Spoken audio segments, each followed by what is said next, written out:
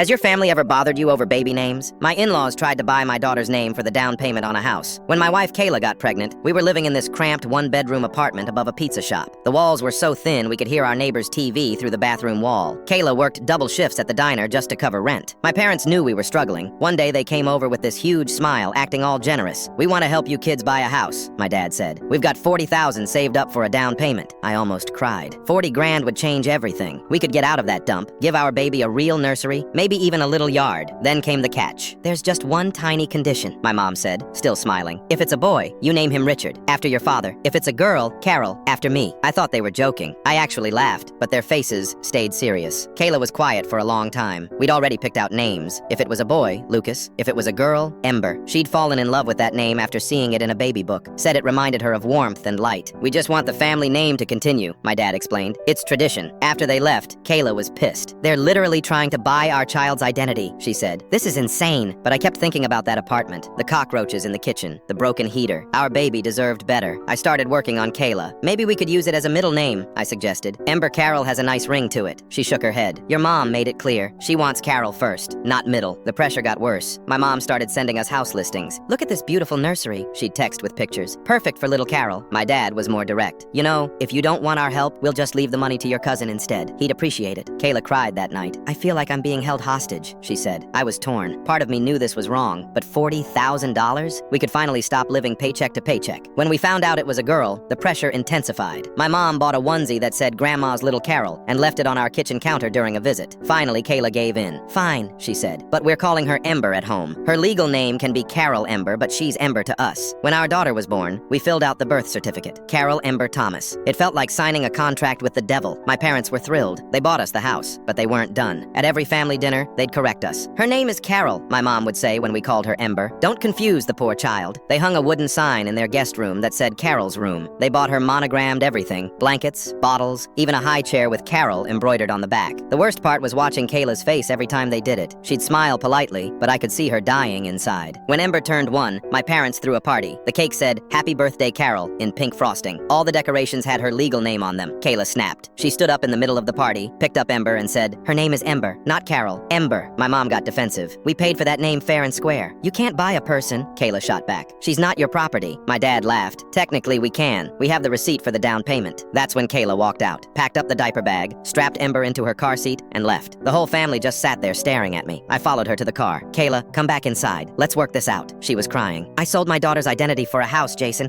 I can't live with that anymore." My parents cut us off after that, said we were ungrateful. We had to sell the house and move back to an apartment. Not as bad as the old one, but still pretty cramped.